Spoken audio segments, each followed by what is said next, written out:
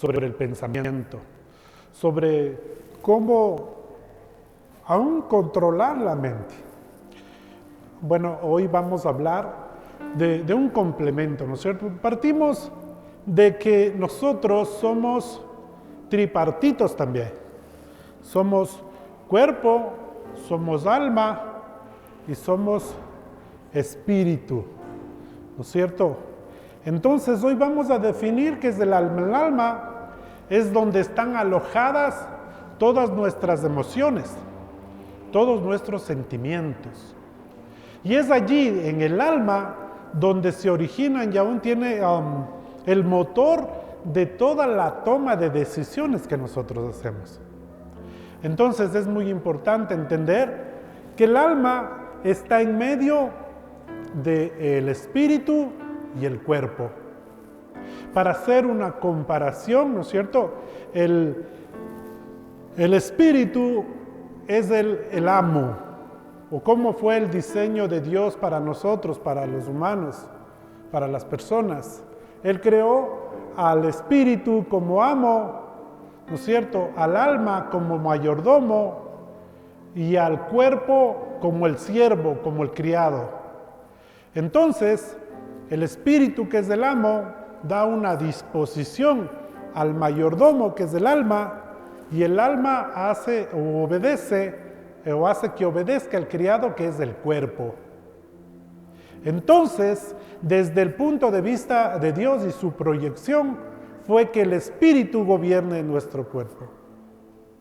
Pero a causa del pecado, a causa de la caída del hombre, y ese distanciamiento que ocasiona el pecado, cuando usted peca está distanciado de Dios, cuando usted peca aún se distancia de las personas, y es ahí donde el alma, sus sentimientos, sus emociones, se empiezan a empoderar de su cuerpo, a empoderar de su ser, y empieza a actuar el alma.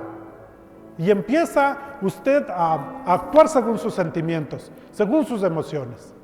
Y por eso es que muchas veces reaccionamos de una forma que luego meditamos y decimos, no, pues como loco actué, o como por instinto actué.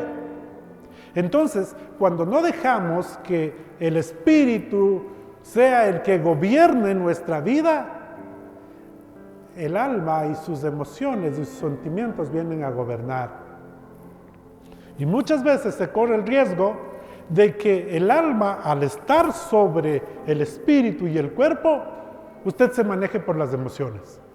Y si hoy está bien y siente estar bien y siente que está bendecida, pues está contenta. Pero si de repente no es así, usted está muy triste, está bajoneado. Y hoy sí estoy contento y voy a la iglesia, pero hoy amanecí medio bajoneado, así que hoy no me voy. Hoy me porto bien, hoy estoy alegre y estoy sonriente. Pero si siento que no es así, estoy mal y estoy falto de, ¿no es cierto? Entonces nos dejamos, como dice la palabra, llevar como corriente de un lado al otro. Pero también hay el riesgo que no solo el alma se empodere y tome dominio de su ser, sino también su cuerpo. Cuando el espíritu mengua por causa del pecado, la distancia con Dios, y el alma también mengua, ahí en cambio crece y gobierna su cuerpo. Y deja que su cuerpo y las necesidades del cuerpo o la carne le gobiernen. Y empieza a observar pornografía y empieza a consumir algo que el cuerpo le está pidiendo y está necesitando o está sintiendo esa ansiedad. Y entonces vemos como el cuerpo está gobernando. Entonces es importante hablar del alma. Es tan importante que nuestro Padre nos ha dado el espacio. Le dije hace un rato que era donde se originaban todas las decisiones. Y entonces nuestro Padre nos dio aún la autoridad o el espacio en donde se desarrolla el libre albedrío. Y Él no interviene, y Él no le obliga, pero sí le recomienda y le dice, mira, te he puesto lo bueno acá, te he puesto lo malo acá, pero yo te recomiendo que escojas lo bueno. Tienes la bendición acá, tienes la maldición acá. Tienes los beneficios de la bendición y la obediencia. tienes la paga del pecado y la maldición, o las consecuencias del pecado. Pero dice el Señor que tú escojas. Pero lo que quiero llegar es a establecer esta plataforma de poder decirle, es el alma, ¿no es cierto? Y muchas veces, allí en el alma se origina mucha depresión aún. Yo quiero que me acompañe a su Biblia, por favor. Acompáñeme al Salmo 42, verso 5. Verso 42, verso 5. Yo quiero que usted tenga esta palabra grabada en su mente. Porque, mire, aún muchos personajes grandes, héroes de la Biblia, han tenido que pasar por este proceso. Mire, Moisés estuvo también con este proceso y estaba deprimido. David escribe en los salmos, ¿no es cierto? Este salmo no se define bien quién escribió, pero vamos a decirle el salmista, ¿no es cierto? Porque es salmo. Y no sé si usted ya tiene Salmo 42:5. Amén. Mire lo que dice la palabra de Dios. Dice, y ahí empieza como pregunta: ¿por qué te abates, oh alma mía? Y te turbas dentro de mí. Espera en Dios, porque aún he de alabarle, salvación mía y Dios mío. Muchas veces en ese trajín de cada día, en esa necesidad, en ese activismo, en esa falta de recursos, o en esa falta de salud, muchas veces nos abatimos, nos entristecemos, nos deprimimos. Pero acá hay algo muy importante que el salmista hace y que nosotros también debemos aprender a hacer. Mire, dice que en Estados Unidos, los gringos, tienen la costumbre media loca de hablar con uno mismo. O sea, él le dice, oye Fernando, ¿será que hoy sí harás de esto, harás del otro? Y él mismo se contesta, sí. Y entonces uno dice, está medio loco. O sea, ya se chifló porque ya anda hablando solo. Pero el salmista hace eso. Y él dice, y le habla a su alma, obviamente desde su espíritu, y le pregunta, oye, ¿por qué te abates, alma mía? ¿Por qué te deprimes? ¿Por qué te llenas de miedo? ¿Por qué te llenas de dolor? Le dice al alma. ¿Por qué te turbas? Y es importante ver cómo aunque parezca que está hablando solo, automáticamente regresa en sí y alza sus ojos al cielo. Y dice la segunda parte del versículo, dice, le sigue hablando a su alma. Y le dice, espera en Dios. ¿Cierto? Espera en Dios, le dice, porque aún he de alabarle. Y ahí dice unas palabras que nosotros debemos llevar bien en el corazón. Porque dice, aún he de alabarle, salvación mía y Dios mío. Mire, es importante. Siempre yo sé que hemos pasado, estamos pasando y habrá que pasar muchas veces aún por este abatir de nuestro corazón.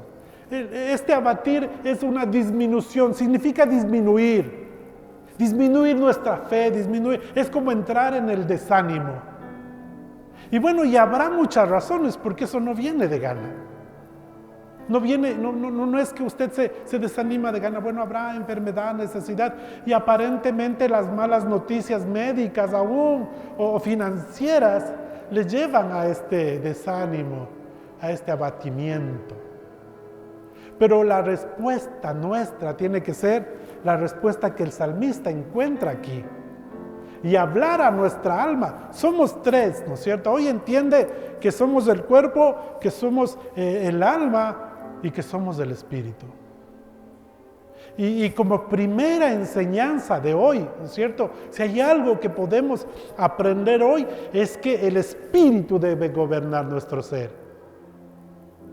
Alguien decía, sí, estamos aquí, somos carne también, y es cierto.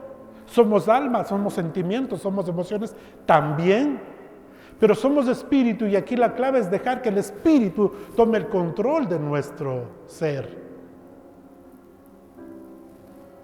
Vamos a ser solo espíritu una vez que ya estemos muertos. Que ya estemos, mal dicho, muertos. Cuando estemos en la presencia de Dios.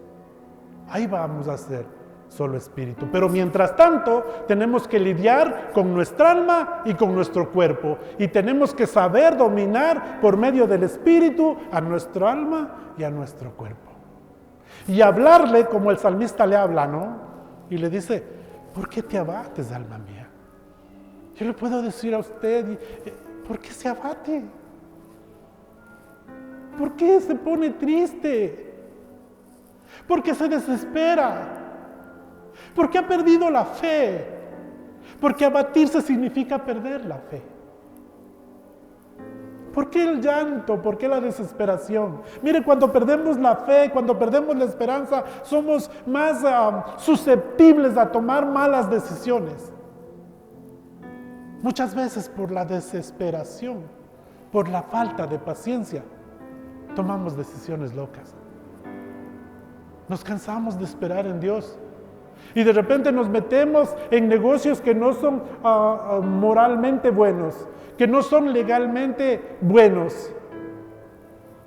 Porque de repente nos cansamos de esperar que Dios llegue con su respuesta. Pero lo que yo quiero decirle hoy es que Dios nunca se tarda, nunca llega tarde.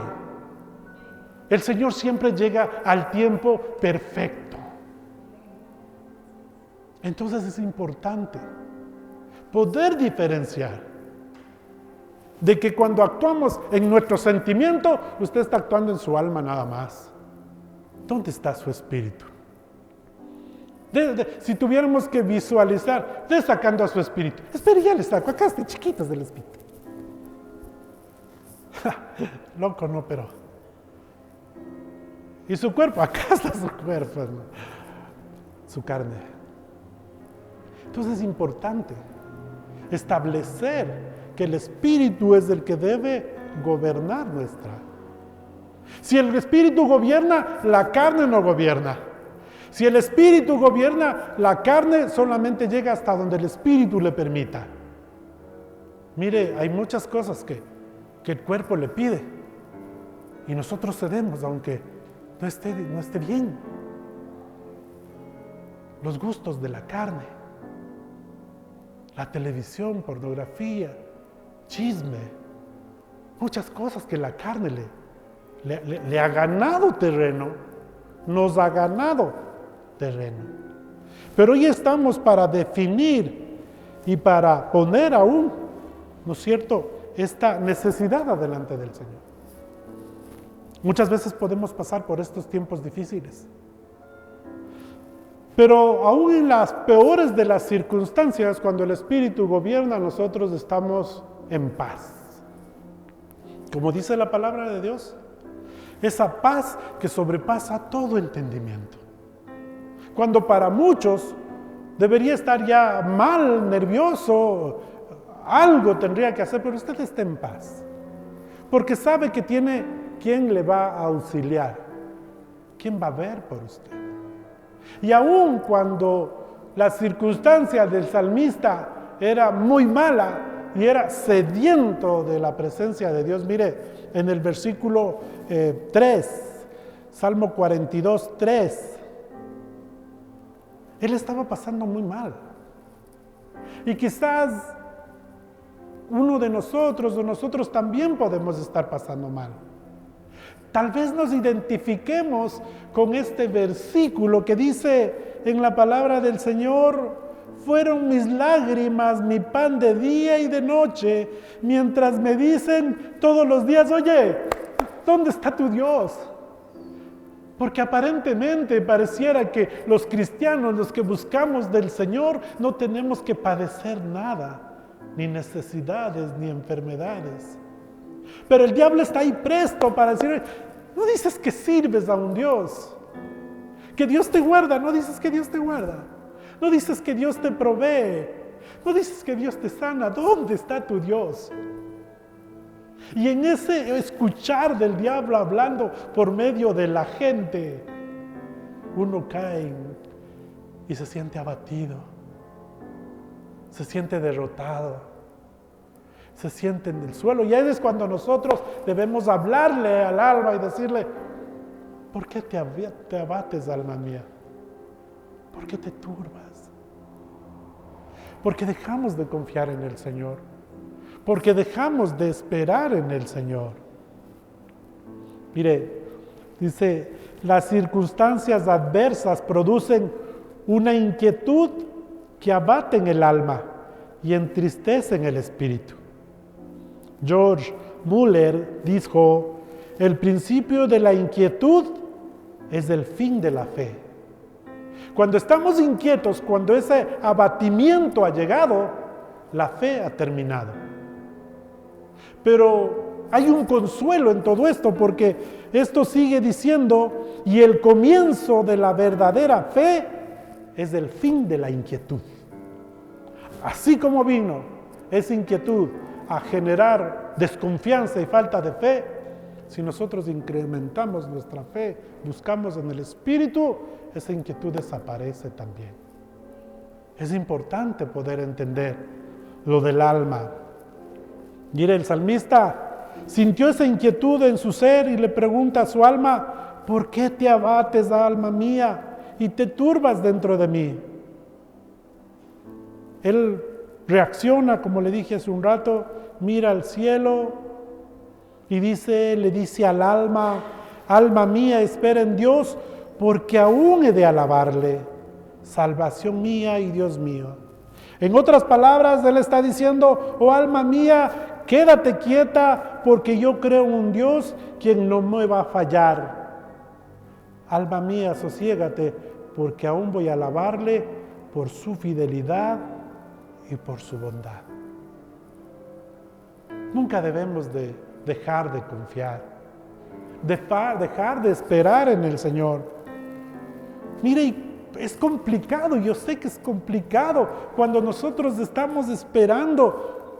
Cuando estamos esperando algo, parece que el tiempo no pasa, parece que el tiempo es muy lento, parece que el reloj se ha detenido y usted sigue viendo y no pasa y sigue esperando. Pero cuando a usted le están esperando, el tiempo pero pasa volando.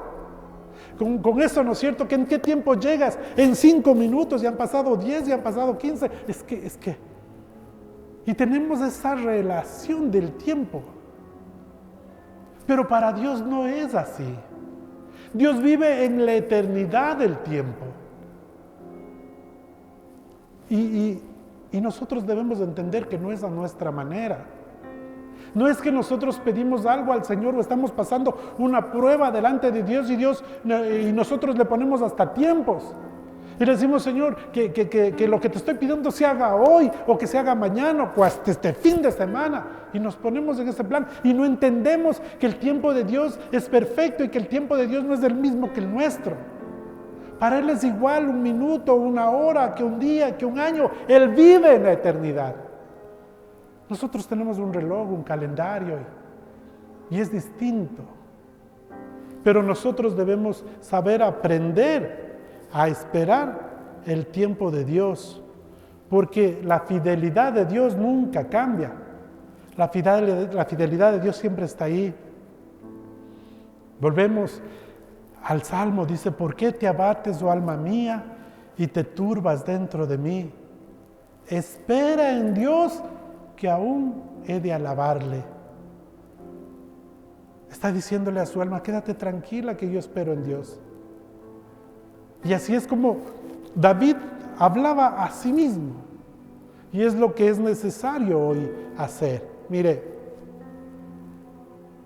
hay que aprender a esperar en Dios. Esa es la palabra, el término o el mensaje de hoy. Mire, el que espera en Dios ha puesto su confianza en Dios. No está esperando en otra persona. Dice la palabra del Señor en Jeremías capítulo 17, 7. Apunte ahí la cita para que le hable a su alma. Para cuando esté abatida, cuando esté desesperada o desesperado, cuando esté ansioso, usted háblele a su alma. Dígale lo que dice Jeremías 17, 7. Dice la palabra del Señor, bendito el varón que confía en Jehová y cuya confianza es Jehová. Bendito el varón que confía en Dios y que su confianza está en Dios, en nadie más. ¿En quién más puede esperar? ¿En quién más puede confiar? Mire lo que dice Jeremías 17:5. Maldito el hombre que confía en el hombre y no confía en Dios. Esto lo que quiere decir, no es que usted no tiene que confiar en nadie. Lo que el Señor le está diciendo en su palabra es que primero usted tiene que confiar en Dios. Él es su prioridad. Él es la alternativa. Mire, hay que aprender a confiar en el Señor. Cuando nosotros confiamos en Dios primero, luego aprendemos a confiar en la gente también. Porque ¿cómo usted puede esperar confiar en una persona si todavía no ha confiado en el fiel, en el verdadero, en el que nunca le va a fallar? ¿Cómo espera confiar en un humano imperfecto? Que sus poderes aún, su poder es limitado, que su sabiduría es mínima. ¿Cómo puede esperar confiar en una persona si no ha aprendido a confiar en el que merece toda nuestra confianza? Pero David aquí vemos que él confiaba en Dios. Y le habla a su alma, él seguramente se sintió deprimido y le habló a su alma y le vuelve y le repite y le dices, ¿por qué te abates, alma mía? ¿Por qué te entristeces? ¿Por las circunstancias? ¿Por la necesidad? ¿Por la enfermedad? Y empieza a hacerle una serie de cuestionamientos para luego sacarle la solución y decirle, Dios es mi salvación. Dios es más grande que cualquier problema. Solamente debemos saber esperar en Él. Pacientemente, como dice su palabra. Mire, pero también el que espera en Dios tiene puesto en Dios la esperanza. Si no hay esperanza, no hay vida. Usted conoce perfectamente, ¿no es cierto? Mire lo que dice el Salmo 71, verso 5. Salmo 71, verso 5.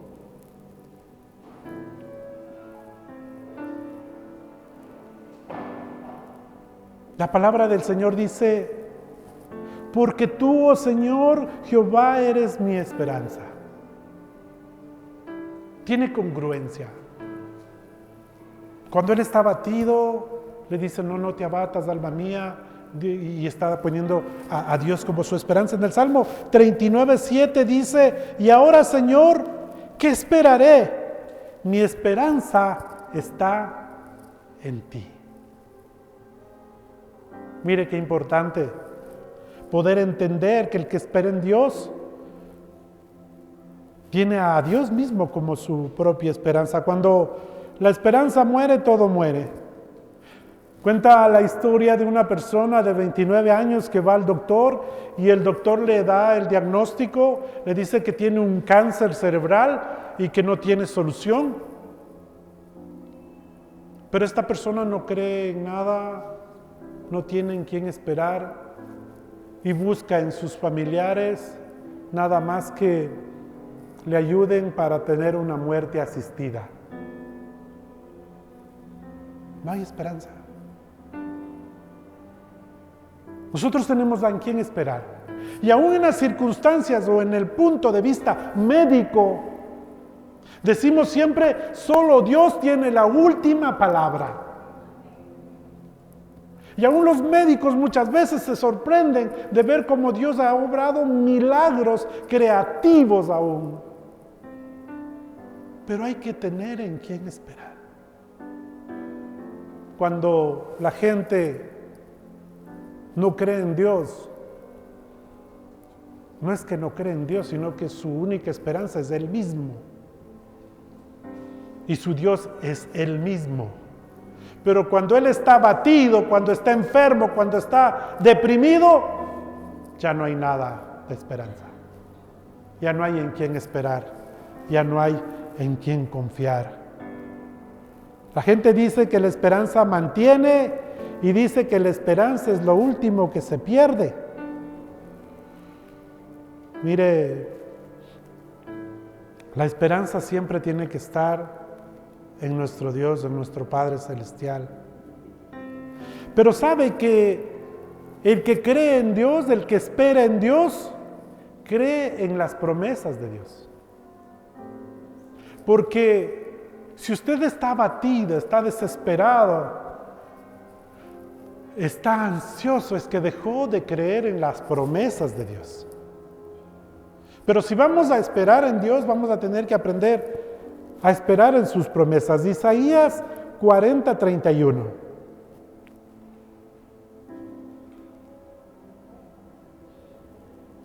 La palabra del Señor dice en Isaías 40:31, los que esperan en Jehová tendrán nuevas fuerzas, se levantarán como las águilas, correrán y no se cansarán, caminarán y no se fatigarán. No sé si usted está viviendo ya el segundo tiempo de su vida, o algunos jóvenes están todavía en el primer tiempo. Pero cuando ya está en el segundo tiempo ya no es lo mismo.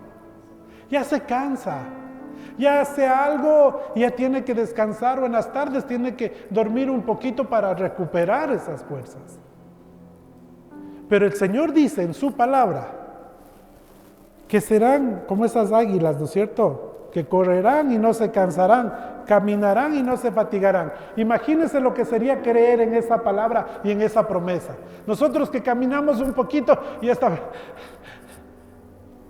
Y decirle, Señor, tu palabra dice que correré y no me cansaré. Pero la persona que escribe esta parte conoce muy bien y hace una referencia, una comparación, ¿no es cierto?, del águila. Y aquí siempre va a ser un capítulo importante. Analizar por qué el Padre, porque Dios hace comparación básicamente de dos tipos de criaturas en la Biblia. La primera, la del águila. La segunda, del león. Y mire, y después, muchas gracias, mi hermana querida, gracias. Y lo que hace es tomar a los dos reyes del reino, a los dos líderes de las especies. El león es conocido como el rey de la selva, de los animales. Pero el águila es conocido como ese rey en las alturas. Y él hace esa comparación en este tiempo con los águilas, o las águilas, como quiera usted llamar. Pero es importante entender, ¿no es cierto?, que esta criatura, dice que es una de las criaturas que más viven en este mundo. El promedio de vida de un águila llega a 70 años. 70 años. Imagínese, usted puede nacer con un águila y hasta el águila le puede enterrar y él sigue. Pero hay un proceso muy importante que pasa en el águila, que a la mitad de su vida tiene que tomar una decisión muy importante, que quizás es la decisión que usted tiene que tomar hoy, adelante del Señor. Él, por su estructura biológica, o no sé cómo se llame, él tiene que tomar la decisión de morir o renovarse. Porque a los 35 años de vida, la mitad de la vida del águila, ya ha pasado mucho tiempo, ha perdido fuerza en sus garras. Usted sabe, casi digo las garras, ¿no es cierto? Coge la presa y le eleva. Pero a esa edad él ha perdido ya la fuerza. Ya se han desgastado. Su pico en los 35 años ya no está solo hasta aquí, sino que ha crecido tal cual las uñas, así, para abajo. Y ya no puede sujetar con el pico la presa y desgarrar la presa. Sus alas, su plumaje se ha envejecido y pesa mucho más que lo que antes pesaba. Y quizás sí es muy difícil caminar. Quizás ya comparado con el hombre, quizás ya es muy difícil emprender algo o trabajar. Aún en nuestro adentro, en nuestros sentimientos, en nuestra estima, decimos ya no puedo más, yo hasta aquí. Dice que aún en los hombres, ¿no es cierto?, a la edad de 40 años, nos da ese síndrome de sentir que no hemos alcanzado nada. Y podemos estar como ahora, diciendo yo ya quisiera morir. Y es lo que pasa con esta ave. Pero él tiene que tomar esta decisión de morir o entregarse a la muerte, como muchas veces hacemos espiritualmente nosotros. Nos abatimos, dejamos de confiar en Dios, dejamos de tener fe en Dios, dejamos de creer en sus promesas. Y nos echamos a morir. Pero el águila, aún el animalito, hace otra cosa, que es muy duro y que va a ser muy duro, o está siendo muy duro para cada uno de nosotros. Él tiene que buscar fuerza necesaria para poder volar tan alto, porque son criaturas de las alturas y esas son cualidades que algún rato hemos de ver. Pero un águila, por lo general, nunca le corre a una tormenta, y eso es precioso, porque muchos de los animales ven tormenta y se esconden, pero el águila sale frente a la tormenta, y la clave del águila es que vuela más arriba que la tormenta. Y él tiene esa tendencia de irse para el cielo, diríamos los cristianos. Si él coge una presa, ¿no es cierto?, una culebra, él no le despedaza ahí. Él vuela hacia arriba hasta la presión del aire, donde la pobre culebra ya... Y ahí sí ya tiene su presa lista. Hay muchas cualidades, pero él tiene que pasar por este proceso, una criatura de este tipo, buscar un lugar lo más alto posible, cerca a una roca, donde empieza el proceso de renovación. Pero todo proceso de renovación puede ser doloroso también. Lo primero que empieza a hacer es a romper su pico, que ya está muy largo, empieza a golpearlo con una piedra y rompe su pico. Y luego tiene que esperar. Este proceso de esta águila dice que demora 150 días, más o menos 5 meses. ¿Es mucho? ¿Qué tal si le digo, hermano amado, quizás ese proceso que usted está pasando ahora, esta renovación que usted va a necesitar pasar, le va a tomar 5 meses? Gracias, pastor, no me diga eso. Pero este animalito, ¿no es cierto?, coge, golpea su pico, tiene que esperar pacientemente que le crezca el pico de nuevo. ¿Y qué hace? Se desespera. ¿Y qué hace el ave? No porque se desespere le va a crecer más rápido. No va a pasar eso.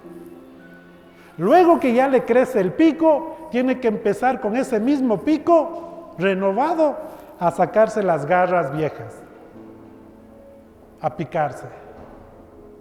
Y pacientemente esperar que le crezcan nuevas garras. Y hasta ahí está bien. Pero como si eso fuera poco, esta ave tiene que con ese mismo pico nuevo empezar a quitarse todas las plumas viejas. Y no solo el proceso de quitarse las plumas, que tiene que ser demorado, tiene que esperar pacientemente que le crezcan nuevas plumas. 5 meses. Pero después de ese tiempo de esperar, él empieza nuevamente y está listo para vivir plenamente la otra mitad de su vida. Lo que quiero llegar a decirle, contarle todo esto, es que usted puede estar en el tiempo perfecto para poder renovarse, para poder confiar en Dios, para poder arreglar todo eso que no le está siendo útil. ¿Va a tener que romperse el pico? Sí. Dice, pero ¿cómo pasa? Sí, de repente está hablando cualquier cosa. De repente ese pico le está sirviendo para estar quejándose, murmurando. No sé, el Señor le va a hablar. Pastor, tengo que volver a quitarme las garras, no entiendo, no sé. Tal vez el Señor le está hablando de las obras que está haciendo con sus manos. No sé. ¿Y las plumas, pastor? No sé. Tal vez está hablando de su vestimenta, de su forma externa de ser, no sé. Pídale al Señor. ¿Cómo aplico esto, Señor? ¿Cómo esto puede ser de edificación en mi vida? Pero lo que sí le puedo decir, que después de que pase este tiempo de renovación por la decisión que ha tomado de no echarse a morir, por no dejar que su alma se quede abatida, puede vivir plenamente el resto o la otra mitad de su vida.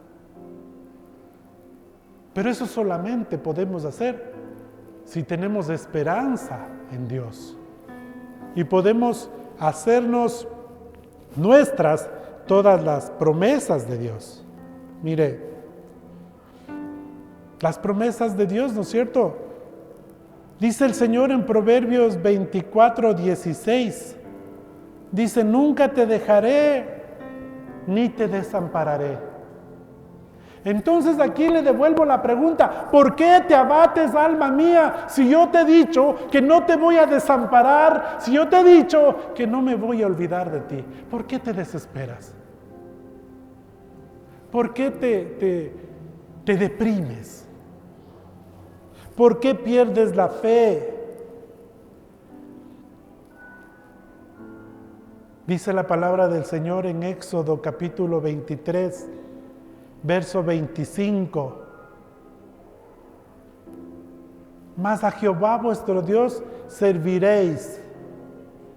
Éxodo 23, 25.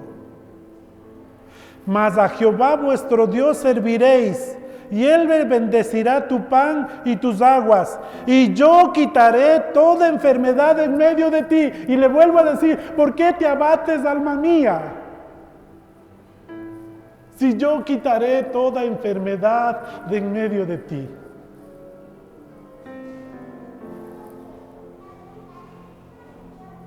Isaías 53, verso 4 y 5. Ciertamente Él cargó con nuestras enfermedades y soportó nuestros dolores, pero nosotros lo consideramos herido, golpeado por Dios y humillado. Él fue traspasado por nuestras rebeliones y molido por nuestras iniquidades. Sobre Él recayó el castigo, precio de nuestra paz, y gracias a sus heridas fuimos sanados. ¿Por qué te abates, alma mía? ¿Por qué te desesperas? ¿Por qué te deprimes? Y aun si algo le está faltando, la promesa del Señor dice en Lucas capítulo 11, verso 13. Lucas 11:13 dice, pues si ustedes, aun siendo malos, saben dar cosas buenas a sus hijos, ¿cuánto más el Padre Celestial dará el Espíritu Santo a quienes se lo pidan? ¿Por qué te abates, alma mía?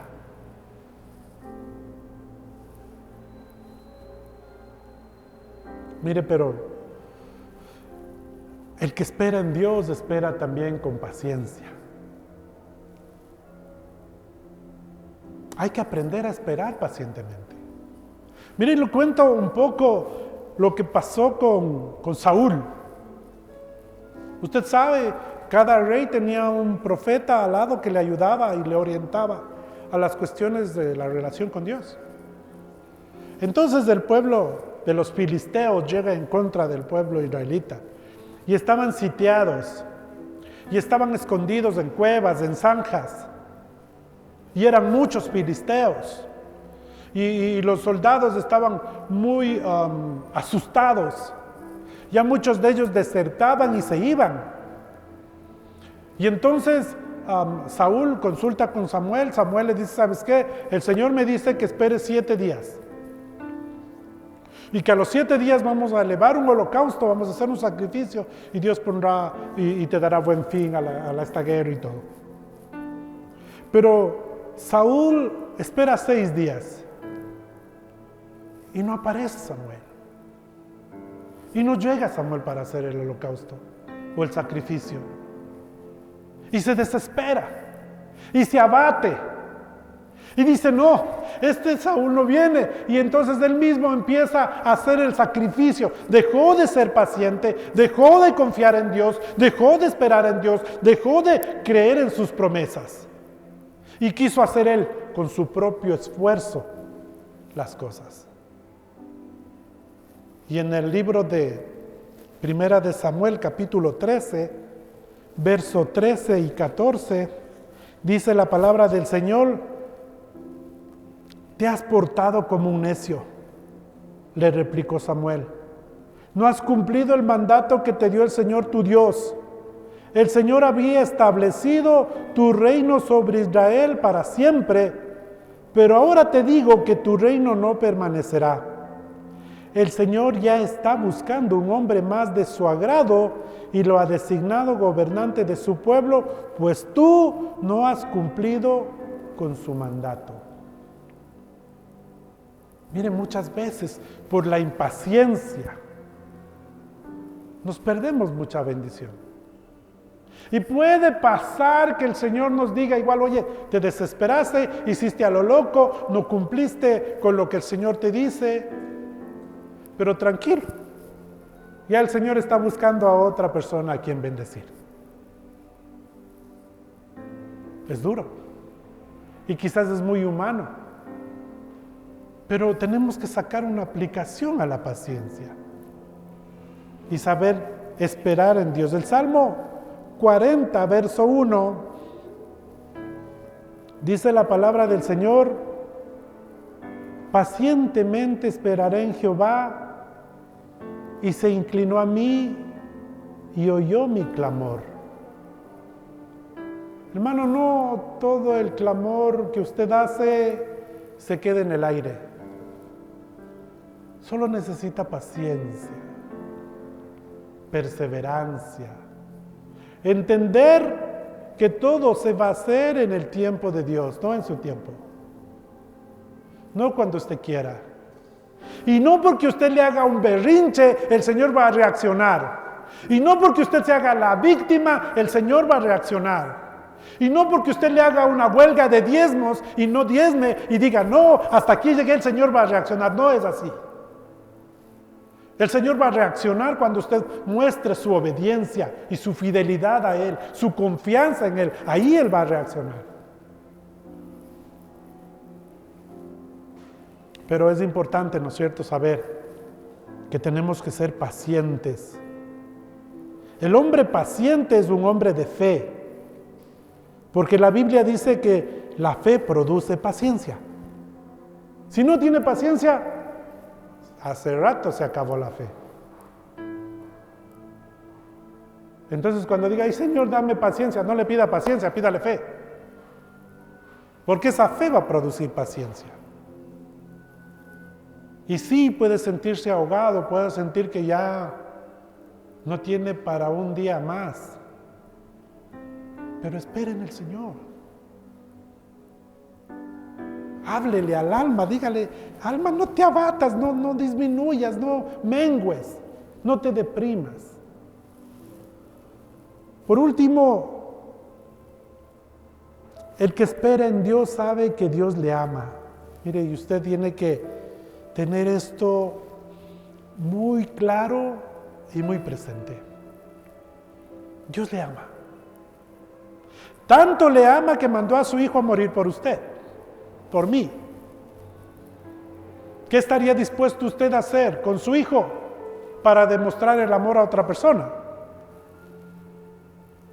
Yo estoy seguro que ninguna penuria ni necesidad,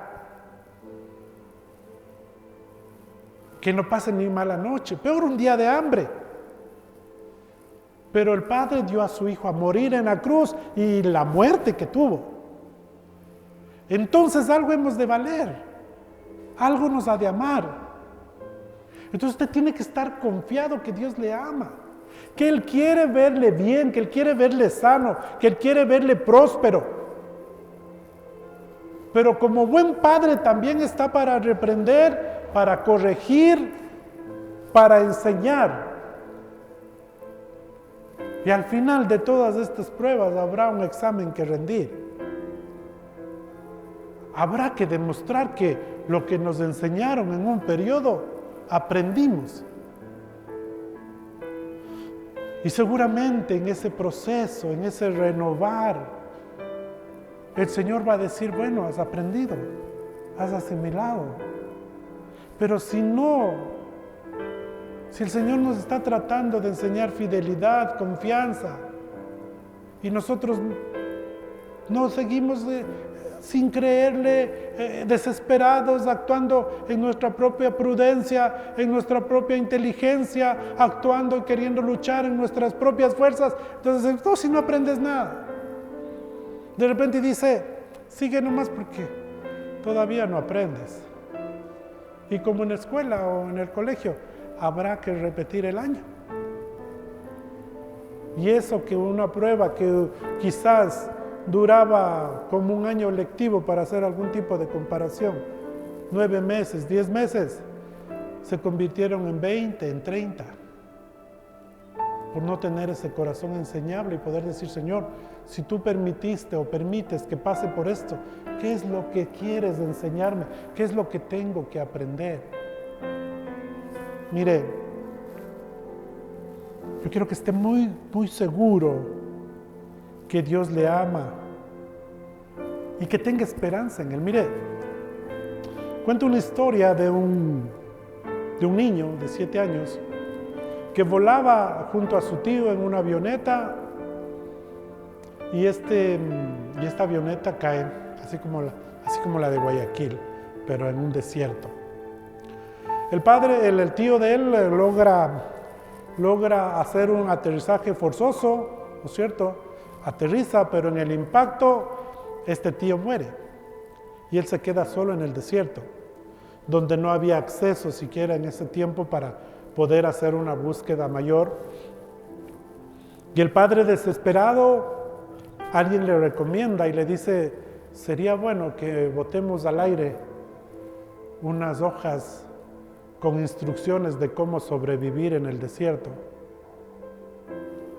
Y dice, sí, me parece muy bien, a lo mejor alguna de esas hojas podría él leer y podría hasta encontrarle poder sobrevivir en el desierto. Y en efecto él le encuentra, ¿no es cierto?, esa hoja que funcionó muy bien, pero más funcionó una nota que el padre le puso en la hoja, que decía, hijo, donde quiera que te encuentres, ten por seguro que yo iré a buscarte y no descansaré hasta encontrarte. Te ama tu padre. Y esa esperanza de que el papá le está buscando y está tratando de ayudarle, le sostuvo hasta cuando le encontraron. Lo mismo el Señor viene a decirle en este día que usted se siente abatido, que se siente deprimido, que se siente bajoneado espiritualmente, que de repente dijo, no, yo hasta aquí llego, yo ya no puedo más, yo ya me rindo. Haga cuenta que el Señor le ha mandado una hojita que le dice, oye, no te desanimes, no desmayes. Y podemos decir hasta esfuérzate y sé valiente, todo lo que usted quiera. Pero yo no te voy a dejar, no te voy a desamparar. Confía en mí, confía en mis promesas, confía en el tiempo, sé paciente. Y termina diciéndole otra vez, ¿por qué te abates, alma mía? Mire, lo que el Señor nos está diciendo en su palabra es que tenemos que esperar en Él. Esperar en Él aun cuando las cosas no anden bien. Esperar en Él cuando pidamos algo y en ese esperar en Él, aún esperar en Él cuando tomemos una decisión que sea orientado por nuestro espíritu y no por la gente o por las apariencias. Debemos aprender a movernos en el tiempo de Dios, no cuando nosotros queramos.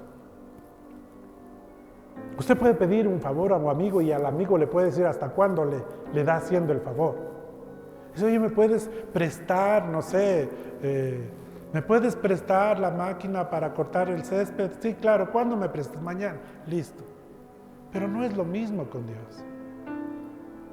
Dios sabe cuándo necesitamos. Y debemos saber y aprender a esperar en Él. Dice, ¿no es cierto?, para dejarle finalmente en Jeremías 29:11. Dice el Señor que los planes que tiene para usted son planes de bienestar para darle el fin y los beneficios que usted espera. Pero va a ser en el tiempo de Dios. Yo no le puedo decir cuánto tiempo va a tener esta prueba o esta necesidad. Lo único que puedo decirle, hermano, no dejemos de confiar en el Señor, no dejemos de poner la esperanza en Él, no dejemos de aferrarnos a sus promesas. Paciencia es saber esperar con buena actitud. No es lo mismo esperar con mala cara que esperar gozoso o conforme a lo que el Señor nos disponga en este tiempo vivir. Pero no desmaye. No deje de cumplir con la voluntad de Dios. De repente el enemigo está trabajando ahí para evitar eso, pero lo que el Señor me ha puesto en este día a decirle es que volvemos a lo que empezamos.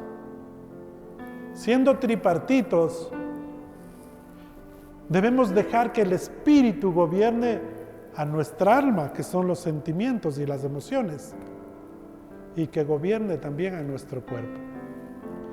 Que el Espíritu sea el amo, que el alma sea el mayordomo y que el cuerpo sea el sirviente, el que hace. Acercarnos y alimentar el Espíritu para que Él gobierne es la clave que el Señor ha puesto en este día.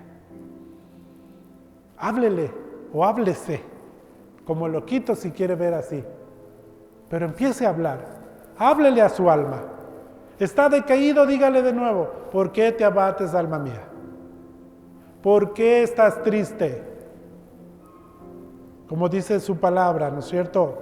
¿Por qué te abates, alma mía, y te turbas dentro de mí? Espera en Dios, porque aún he de alabarle. Y termínale diciendo: salvación mía y Dios mío. Póngase de pie, por favor. Vamos a orar.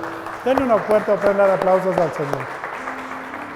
Ahí donde está, póngase de pie. Señor, en este día te damos gracias, Padre. Gracias te damos, Señor, por este tiempo. Gracias te damos por esta palabra, Padre amado. Yo sé que en este tiempo, Señor, muchas almas han estado abatidas. Padre amado, muchas veces hemos caído en la desesperación. Y aún hemos tomado decisiones, Señor, que ni siquiera las hemos consultado contigo. Creyendo, Señor, que te olvidaste de nosotros. Creyendo que esta pelea, esta prueba, tendremos que salir solos. Pero no es así, Señor. Tú vas delante de nosotros como poderoso gigante. Ayúdanos a entender, Señor, que todo se mueve en tus tiempos.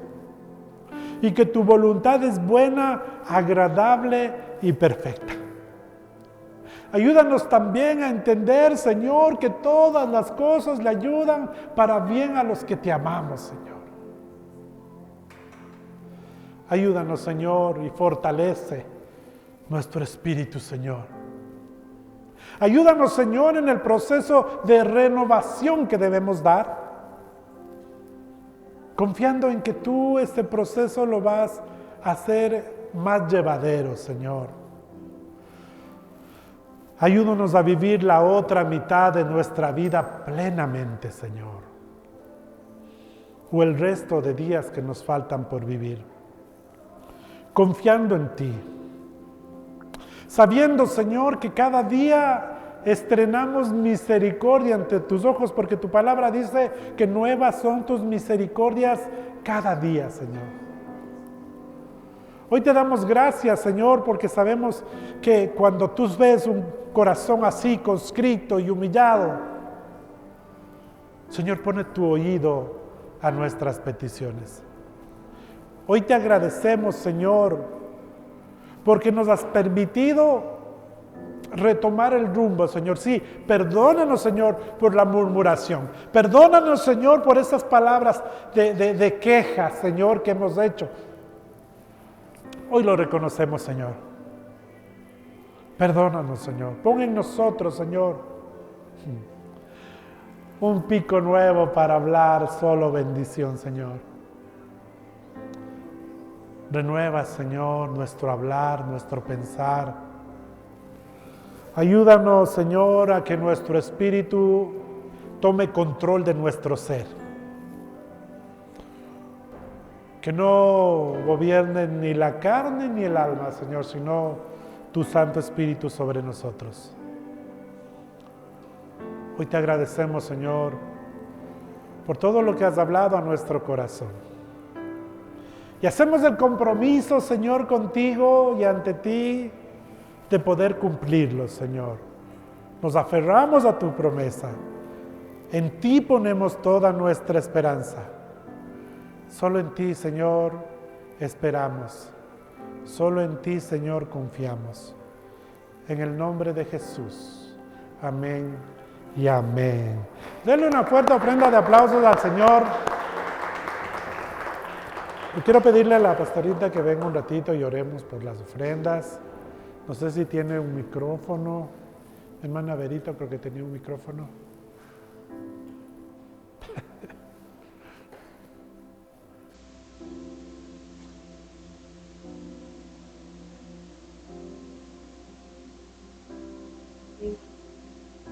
Vamos a extender manos acá y damos gracias a Dios porque pone corazones generosos para poder llenar estas canastas de amor que llegarán a una familia que necesita, Señor. Te bendecimos, Señor, y te alabamos. Eres bueno, eres fiel, Señor. Te damos gracias por esas manos generosas que dan, Señor, porque tu palabra dice que Señor, y seas multiplicando y prosperando, Señor, todo lo que hermanos tenemos, Señor. Tú seas bendiciendo su salud, sus finanzas, su familia, Señor, su ministerio. Gracias te damos, Señor. Sean llenas sus alacenas, su fe, Señor, en el nombre de Jesús. Amén. Y ahí donde usted está, levante su mejor ofrenda al cielo, su mejor diezmo, y su mano está vacía, levántela también por fe. Nosotros creemos en un Dios proveedor, en un Dios que sustenta todo, ese hacedor de milagros, nuestra área financiera. El Señor está renovando también estos procesos también, yo sé que son de paciencia. Nos comprometemos a creerle a Dios sobre todas las cosas, aún sobre las deudas, sobre todo esto que estamos pasando. Gracias te damos, Señor amado. Yo te pido, Señor, que tú abras las ventanas, las puertas y las compuertas del cielo, Señor. Y que derrames tu bendición hasta que sobre y abunde, Señor. Y que tú mires la actitud del corazón de estas manos levantadas, Señor. Que te damos por agradecimiento, Señor. Te damos porque tú eres el dueño del oro y de la plata. Que tú suplirás, Señor, todo lo que nos hace falta, Señor, conforme a las riquezas en Cristo Jesús, en la gloria suya, Señor. Creemos, Señor, que tú estás, Señor, trayendo abundancia, Señor, abundancia de paz, abundancia, Señor, de trabajo, abundancia, Señor, en esta área financiera, abundancia para pagar nuestras deudas, Señor, abundancia para ser buenos mayordomos, Señor, porque nada es tuyo, Señor.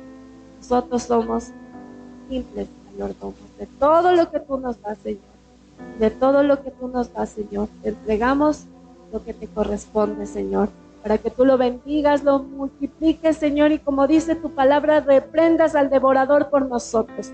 Hoy, Señor, reprende a ese espíritu de escasez, ese espíritu de deuda, ese espíritu de empobrecimiento en el nombre de Jesús. Se va fuera de nuestras familias, fuera de nuestros hijos, fuera de nuestro trabajo, Señor. Y ahora tú, Señor, derramas de tu gloria, Señor, en esa empresa, en este trabajo, en ese emprendimiento, Señor, en esa profesión, en esos estudios, Señor, y tú multiplicas grande, poderosamente. En el nombre de Jesús. Amén y amén. Pueden pasar retirando, mis hermanas queridas.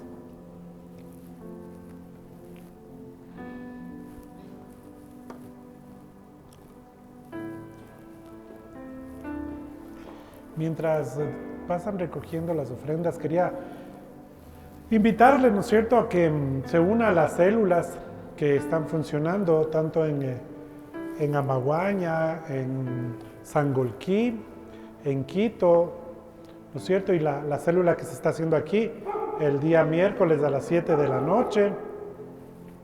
En Tambillo también se está haciendo la célula, así que les invito a que formen parte de esas células. Les invito también a que se unan a la oración los días martes, los días jueves a las 5 de la mañana vía Zoom, o el día sábado en el culto de oración, el tiempo de oración, el sábado a las 6 de la mañana. Así que no se olvide, ¿no es cierto?, de asistir o añadirse a esos grupos. Ponga su manito derecha en el corazón, su mano izquierda al cielo. Vamos a despedir la reunión, Señor. En este día te damos gracias, Padre, por este tiempo. Gracias, Señor, por la palabra que tú has puesto, Señor, en nosotros. Yo te pido que esa palabra, Señor, sea rema en cada uno de nuestras vidas, Señor, que a más de poderlas decir o recitar, podamos cumplirlas, Señor. Padre amado, yo bendigo la vida de cada uno de mis hermanos. Bendigo su salud, bendigo sus finanzas, Señor. Bendigo sus planes, sus proyectos. Bendigo, Señor, a sus familias extendidas, Señor. Bendigo a sus padres, su madre, sus hijos, sus sobrinos, sus hermanos, Señor. Ayúdanos, Padre, a hacer luz y a hacer sal donde quiera que vayamos. Padre amado, nos vamos de este lugar, pero no nos vamos de tu presencia, Señor. Padre Santo, permíteme extender esta bendición sobre cada uno de mis hermanos. Que el Señor te bendiga y te guarde. Que el Señor haga resplandecer su rostro sobre ti y tenga de ti misericordia. Que el Señor alce sobre ti su rostro y ponga en ti paz. Padre, yo pongo el nombre de Jehová de los ejércitos, Dios de Israel, sobre cada uno de mis hermanos y los bendigo con lo mejor del pan, del vino, del trigo y del aceite. En el nombre sagrado de Jesús. Amén y amén. Que el Señor le bendiga, que el Señor le guarde.